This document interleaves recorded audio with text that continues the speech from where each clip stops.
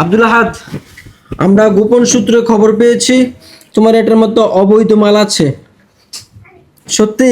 জি না হুজুর। অবৈধ মাল আছে না এটার মধ্যে? জি না। কি রে, আছে না রে? জি। হ্যাঁ, আমরা সবাই খবর পেয়েছি না? জি। এখন আমি প্রমাণ দেখাবো। এটার চাবি দাও, চাবি দাও। দেখি অবৈধ মাল কি আছে এটার ভিতরে। এগুলো ট্যাং, এটাও কি ট্যাং? বাবা, চিনি। আচ্ছা, এই যে আমাদের অবৈধ মাল দেখছ? কি এগুলো? কি অবৈধ মাল না এগুলো? কি এগুলো? হুজুর আমার ইফতারের এগুলো খাইতে ভালো লাগে তো এর জন্য রেখা দিস। হ্যাঁ, মাশাআল্লাহ, ইফতার তোমার পছন্দ, আস্তে আস্তে খাইতে পছন্দ, ঠিক আছে, কোনো সমস্যা নেই। তুমি আমার কাছ থেকে বলে বৈধ করতে হবে তো এটা। এখন তো এটা অবৈধ হয়ে গেল।